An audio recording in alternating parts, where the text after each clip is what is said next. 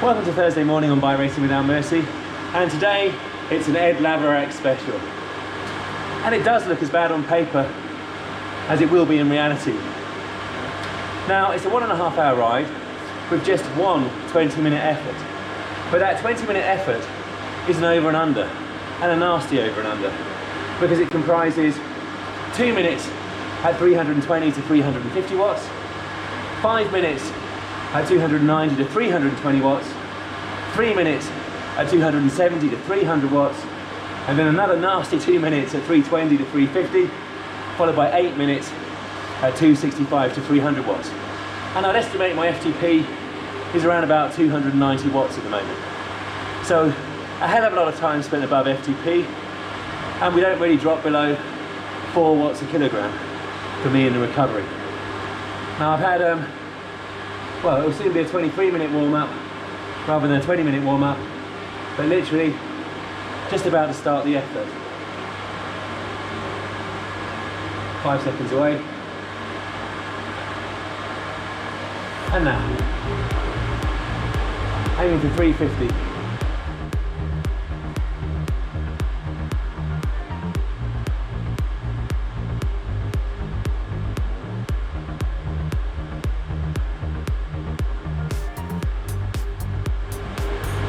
Just below. This feels okay. I'm going to maybe drop the gear.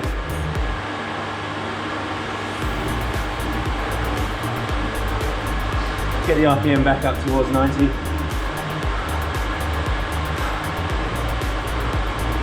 Focus on the breathing. And a nice pedaling technique. Even power. Nice power efficiency transfer through circular motion on the pedal.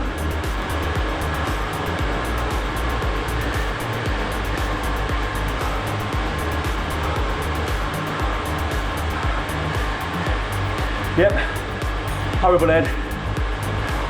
Talking is going to be minimised. When I glanced at the weekly training plan on the bus to work, I saw a single 20-minute effort and compartmentalised the session as one of Ed's easier days. Of course, I've since learned not to make such schoolboy errors. And as I mentioned in the video, upon closer scrutiny and while sat on a bike warming up, the glorious yet simultaneously diabolical horror of what was planned slowly dawned on me, especially because I'm teacher's pet and I always want to deliver my homework on time and for Ed at the top end of the power bands. So I resolved to monster the first 7 minutes and force myself to appreciate an Ed Laverack style recovery at a mere 4 to 4.5 watts a kilogram for 3 minutes before continuing the assault. I've got 5 minutes of this.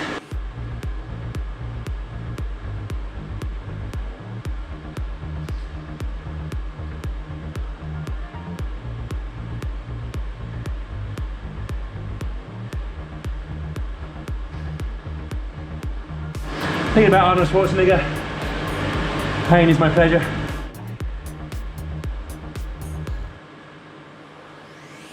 Where the human mind foresees hard work and suffering and considers throwing in the towel based on concern over what's to come, the heart rate lags. So the transition down from 320 watts to 270 to 300 watts is ironically a dangerous moment because it still feels super hard and because it takes a little more time for the BPM to drop off into the mid-170s. But Ed understands that for those who dig in and persevere, they will be rewarded with equilibrium and sustainability, well, for 3 minutes at least.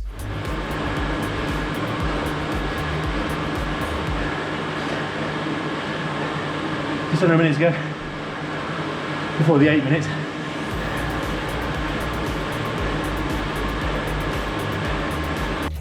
With 120 seconds at 350 in the bank and the heart rate in the low 180s, it was time for the promised uplands of milk and honey for 8 minutes at 260 to 300 watts. Time to bring this interval home and steadily ramp up the power to deliver a final perfect crescendo of lactic acid and insane BPM, all pre-approved by the master himself.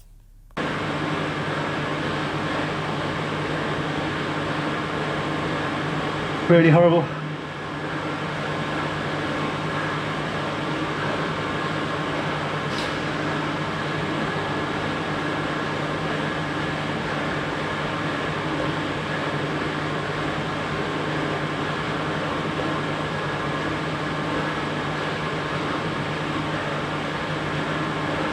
That's 8 minutes.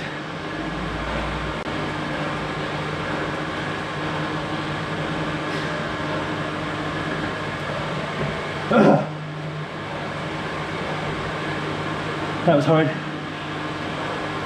Heart rate back at 170. Now I've got recovery zone 1, zone 2 for about 45 minutes.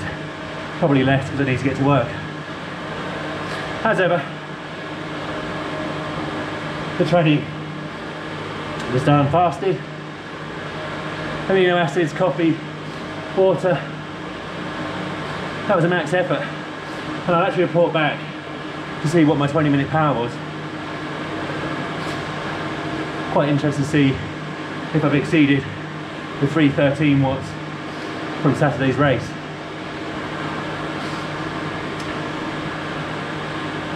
Ed, another great session. Thank you.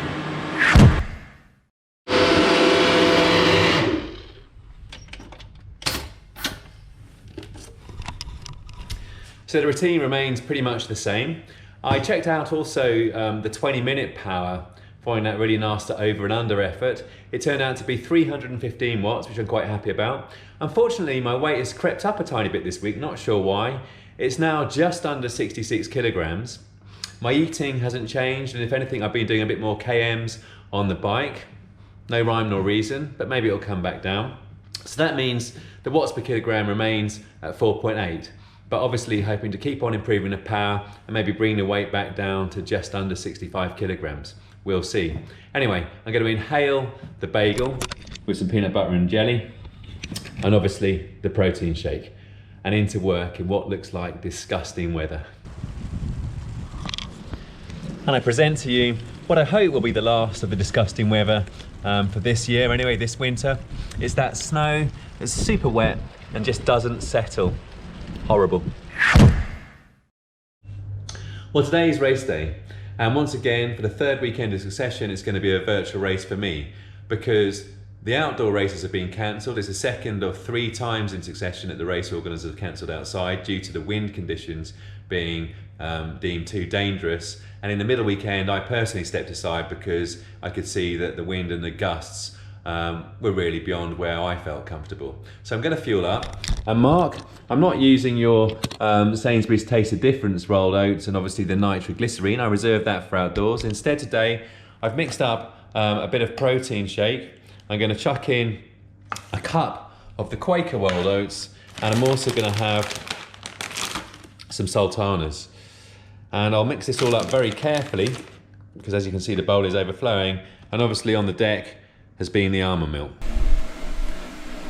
So I think for the luxury course, there's quite a long lead in, and I reckon from the amount of climbing we do this course, we only did a climb 3 times.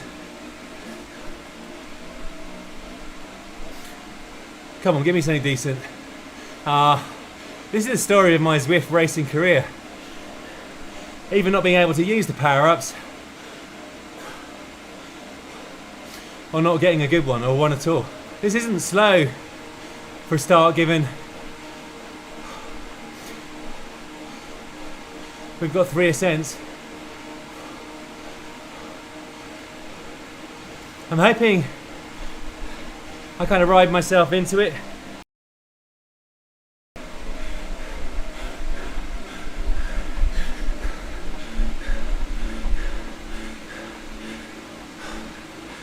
This is hard, as you can tell from the heart rate.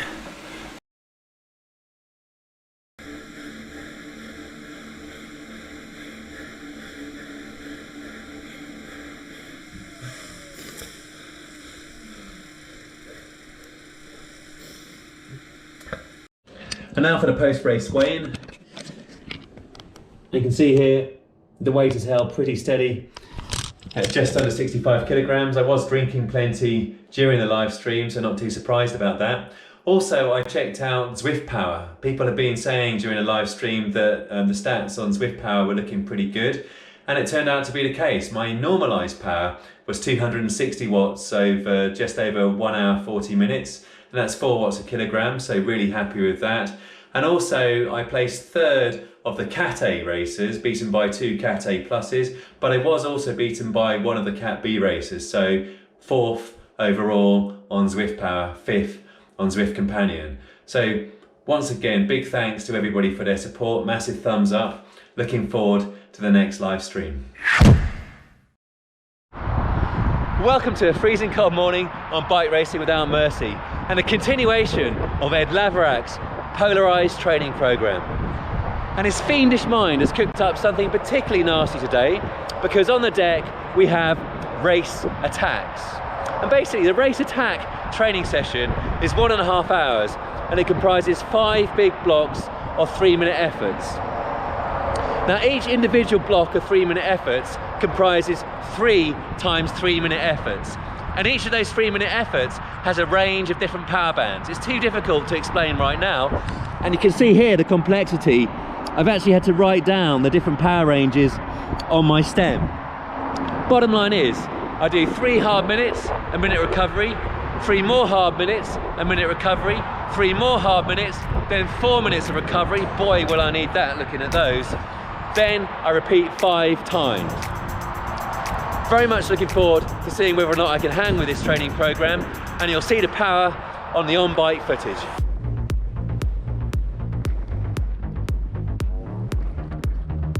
As you will find out, this is version 1 of Edward's race attacks, and they looked intimidating in terms of the volume and intensity, but also the reduced recovery between hard efforts. And they were very much a substantial progression on the training that I'd filmed outside at the very same velo circuit 2 weeks prior, which you may remember had comprised 3 times 3 minutes with 3 minutes of recovery between each of the hard efforts, and each hard effort at 110 to 115% of FTP, repeating 3 times, i.e. 9 hard efforts in total. And during that training, each of those 3-minute efforts have been in a range of 320 to 344 watts, i.e. 110 to 119% of my then 290 FTP. Now, as I noted, these were complex to remember, and I've only just realised that you can download the prescribed power from Training Peaks into the Wahoo Bolt. But anyway, I digress. So pro style, in my own mind, I decided to scribe the prescribed power and timings onto some paper and then sellotape it onto the stem. As you've seen from the indoor training earlier on in the same week, that 20-minute effort was really intense and averaged 315 watts over the full 20 minutes. So Ed had very kindly bestowed upon me a new FTP of 299 watts, i.e. 95% of 315 watts. So here outdoors, the first 2 minutes at 270 watts was of course very nice indeed, and prepared the body and also the heart for a really hard attack for 1 minute at 390 watts, which was of course extremely challenging. But I've got to say, it is so Ed Laverack to prescribe threshold into a hard attack, and I guess that exactly mimics what we do in racing. Now, disgusting is probably a word that I overuse, but for the final 3 minutes here, I have no hesitation in denoting this was a disgusting 3-minute effort.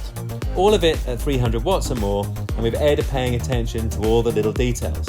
So the first 1 minute 30 seconds at threshold is of course okay, but basically from the little sprint for 15 seconds at 450 watts right up until the end is a case of dig in and hang on to your hat, safe in the knowledge that you've got 4 minutes of full recovery on the horizon.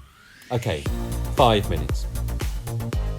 Now, including the little 1 minute recoveries, each block of 3 times 3 minutes lasts 11 minutes. And in blocks 4 and 5, I did experience a bit of a power drop off, I have to report, around about 20 watts on average over the 11 minutes. And I guess that has to be expected given the duration of this training and its intensity. It was also quite hard trying to execute this perfectly on undulating terrain with tight corners. Inevitably, you get a bit of a power drop off on the descent, and occasionally I had to lay off the power on the corner. But anyway, when I handed in my homework to Ed, he was thrilled, noting that I was the first to attempt this outside. So, all in all, a very decent training, and I think something that has contributed quite handsomely to my fitness on the bike indoors and outdoors since.